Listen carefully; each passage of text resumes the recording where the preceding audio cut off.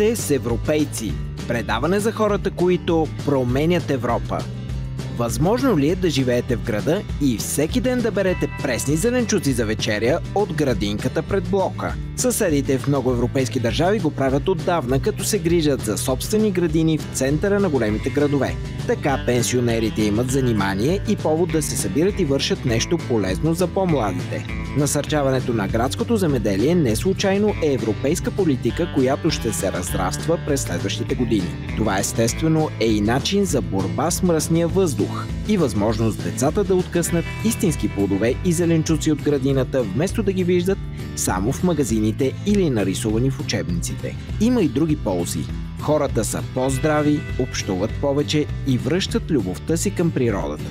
Постепенно по покривите на европейските градове никнат зеленчукови стопанства, а някои столици дори произвеждат собствени мед и вино. Само на 300 км от България, в многолюдния Солун, съседи се грижат за първото градско лозе в Гърция. Всички бутилки вино се продават за благотворителност, а сега ще ви разкажем за господин Наполеон и останалите стопани на това място.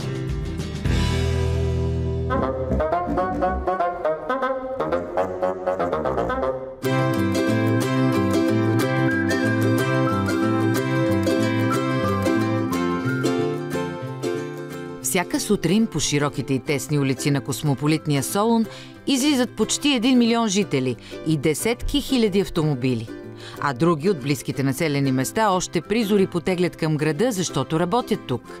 Ежедневието обаче често поглъща радостта от средиземноморските гледки и богатата история, а връзката с природата лесно се къса. И както на стотици други места по света, много хора мечтаят за бягство и спокойствие, далеч от суетата на града. Но ако човек се вгледа по-внимателно в детайлите, възможно е да открие някои от малките му чудеса, скрити между сградите в самия център. Чудеса, които имат силата да спасяват. Като тази градска лозова градина. Постоянна грижа и радост на съседите от няколко жилищни кооперации в Солун. Пред опънатите като войници градски лозови насаждения всеки ден се изправя господин Наполеон, съседът от 3-я етаж.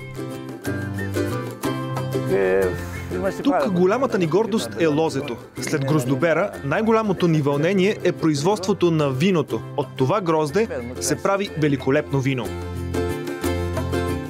Преди да застане начело на армията от доброволци, които се грижат за градското лозе и да опита вкуса на виното от градината пред блока си, обаче, господин Наполеон имал друга работа.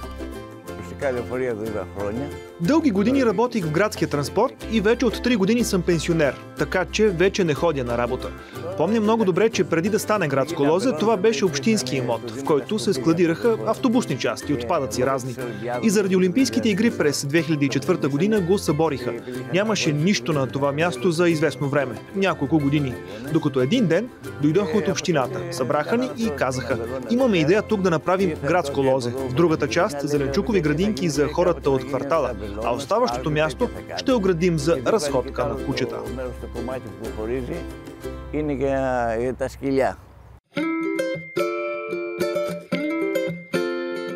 Това преобръща интересите на господин Наполеон, който започва да се занимава с градинарство. Но и на неговите съкварталци, които се впускат в заниманието с помощта на експерти от общината, специалисти по земеделие от Солунския университет, ентусиазирани студенти и ученици. Организира ги Олга, която оглавява проекта. Казвам се Олга Вуцикаки и съм агроном. Оглавявам този проект в сътрудничество с общината по Европейска програма за градско земеделие. Занимавам се с градското лозе от февруари 2022 година.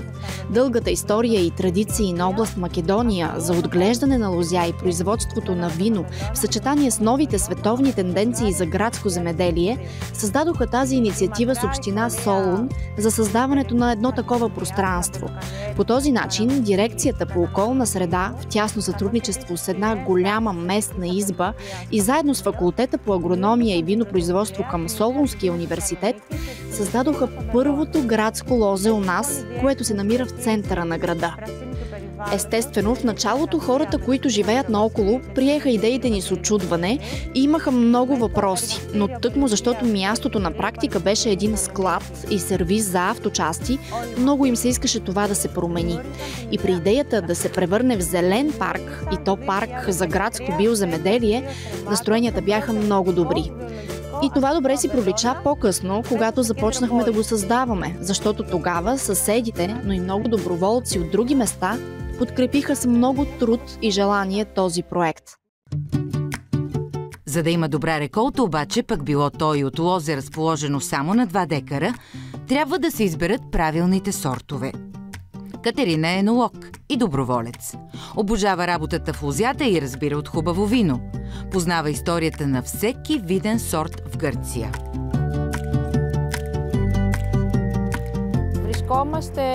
Сега сме около така наречения малагозя. Това е бял сорт, който е родом от Навпактус. Наричат го пепеляшката на гръцките вина, защото беше пред изчезване, но беше съхранен в района на Порто Карас, по инициатива на голям винопроизводител в района.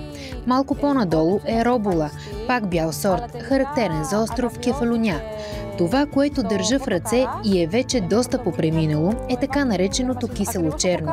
Точно зад мен е посаден червен сорт от района на Науса. Вирее и на някои други места. Използва се за високия клас червени вина. Преди да се засади лозето, се наложило сериозно проучване на микроклимата и почвата на мястото. След анализа избрахме 4 сорта, които могат да бъдат отглеждани тук. Също трябва да кажем, че тук се създава микроклимат, който много помага за отглеждането на лозе заради средиземноморските ветрове, които изсушават почвата. В същото време сме близо до морето. Има наклон, все пак мястото е на някакво разстояние от пътя, така че е много подходящо за целта.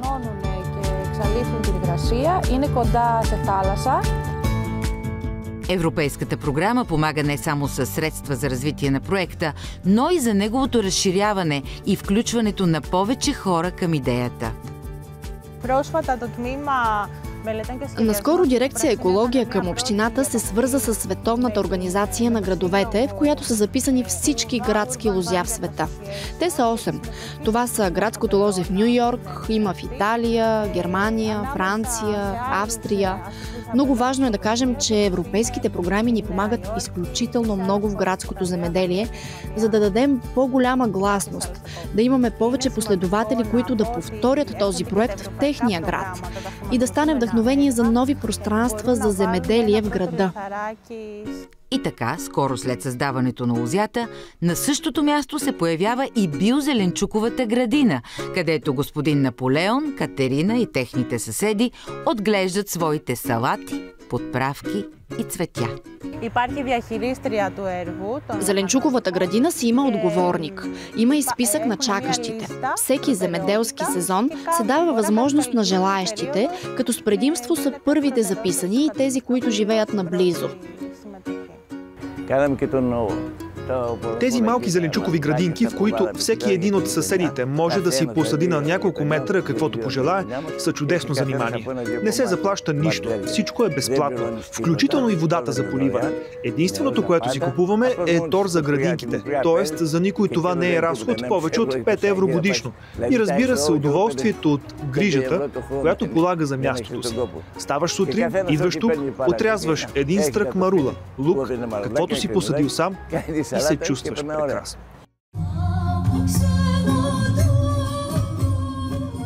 Истинският празник в квартала обаче настъпва, когато новата реколта вино е готова.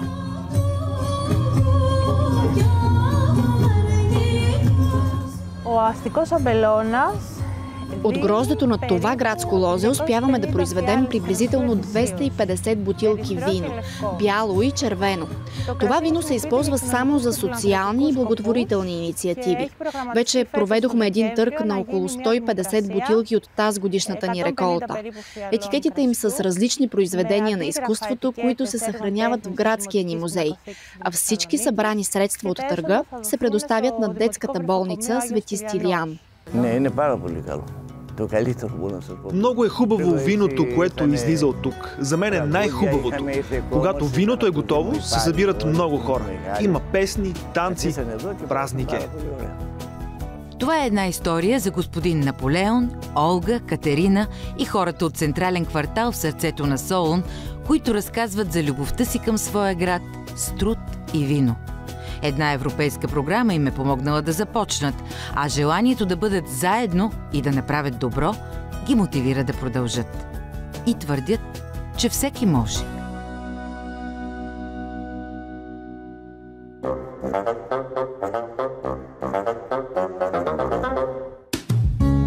Следващият път ще видите рисуваното село на Сардиния, което се превърна в Инстаграм хит със своите стенописи.